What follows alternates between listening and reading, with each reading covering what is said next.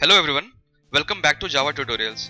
In this tutorial, we will be looking at the control statements. That what is a control statement, what are the relational operators, conditional statement, and afterwards we will conclude the tutorials with the control flow statement. So let's move on with the first question. Our first question is, what is a control statement?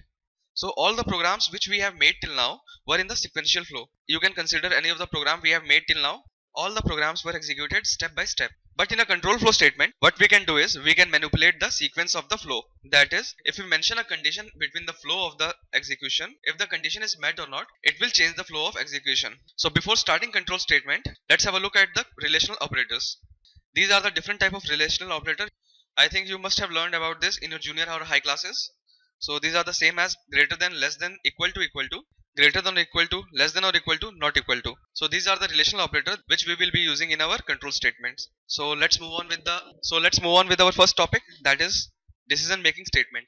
In this we will be studying about if statement, if else, nested if else, switch case. I will not be taking all of these in a single tutorial. I will divide it into further tutorials. So let's start with the if statement first. If statement executes the block of code only if the condition is true.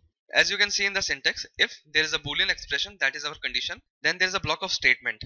So that means if we mention a condition in this boolean expression and if it is met and if the condition is true, then and only then the statement within that block will be executed. Else it will exit and follow on with the other statements. So let's create a program and see it for ourselves. Go to your Eclipse, create a program. I have created mine. So let's just take an easy example to start with. So let's ask Tom about his age. We can't ask the girl about their age because they stop aging after 22. So if you want the real output, you have to ask a boy. So let's ask Tom. See, if you want to learn Java programming or any of the programming language, the one thing you must do is practicing. If you can keep up with the practice, there is nothing which is gonna stop you from being a good programmer.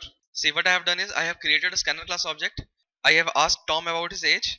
Let's take the input age is equal to, we will call that object and we will be taking an integer input. So I will be calling an integer function. So now let's put the condition. I know the age of Tom is 30. So I have given a condition that if age is equal to 30, then print Tom is telling his right age. So this is our boolean expression. It can only be true or false. And at last I have given a statement that doesn't belong to the condition. So let's execute the program and see the output first. See, down in the console window you can see it's asking Tom, what's your age? So let's put the right age first, 30. Press enter. See, we have got the output as Tom is telling the right age.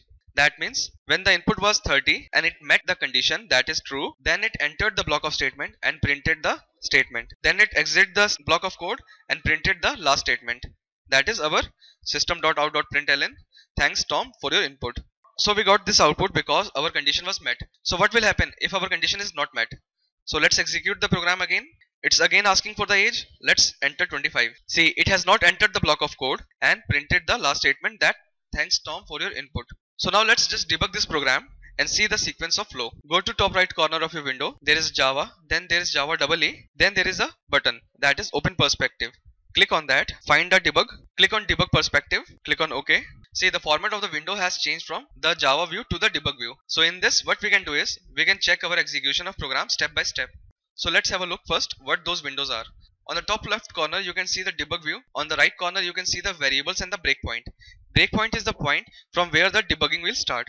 So let's put a breakpoint first. Let it be on the 9th line. Double click on the blue strip and you will get a breakpoint. So when you will put a breakpoint, that is a dot symbol on the blue strip, and then you can see the breakpoint at the breakpoint window. Here is a variable window. It will show you the variables which we will be using in our program. So right now it's empty because we haven't started the execution yet.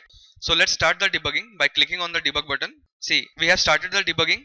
The green line is the initiation of our debugging. That is our breakpoint. Till now what we have got in variable is a object scanner. That means an object of scanner class has been created. So what we need to do is press F6. It will come to the next line. So our first line is printed. It's asking me about the age. Let's give the right age first, 30. Press enter. Then press F6. F6 is used to execute the program step by step in the debugger view. So what happened now is it checked the age. We have got the age equal to 30. That means 30 is equal to 30. Equal to sign here is our relational operator. So equal to sign here is used to compare the values LHS equal to RHS. If both the conditions are met, then it will enter the block of code and execute those statements. So the condition was met for right now. So what it did is it entered the block of code. Now it will print the statement and exit the block of code, and then it will move on to the next statement, that is our thanks Tom for your input. This is how you can use the debug view. I have taken example of an easy program so that you understand the basic of if condition. Now let's move on with the if else condition. So what is an if else control statement? If statement executes the block of code only if the specified condition was true. If false, it will execute the statement in else block.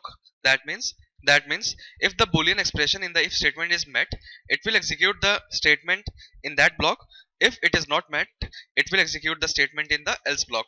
Let's have a practical example and see it for ourselves.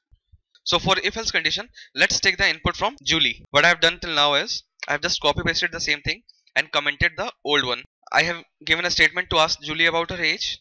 Same way, I have taken an input at runtime from Julie. As I know both of them, they are of same age. So if Julie is telling the truth that she is 30 years old, then it will give the output as Julie is telling her right age. Else, it will print a statement that no Julie, you are a liar.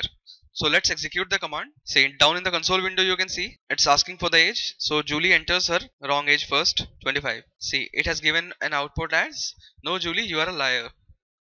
And afterwards, it is a default statement that will be printed in a sequence. So let's execute the command and see the output first. Say it's asking me for the age. Julie enters 22. Obviously she will enter 22. Press enter. No Julie, you are a liar. Thanks Julie for your input. That means, so if you go in the debug view, click on debugger, press F6. It's asking me about the age. So what I need to do is I will enter 22. Press enter. F6. See, it has compared the value age 22 which is not equal to 30.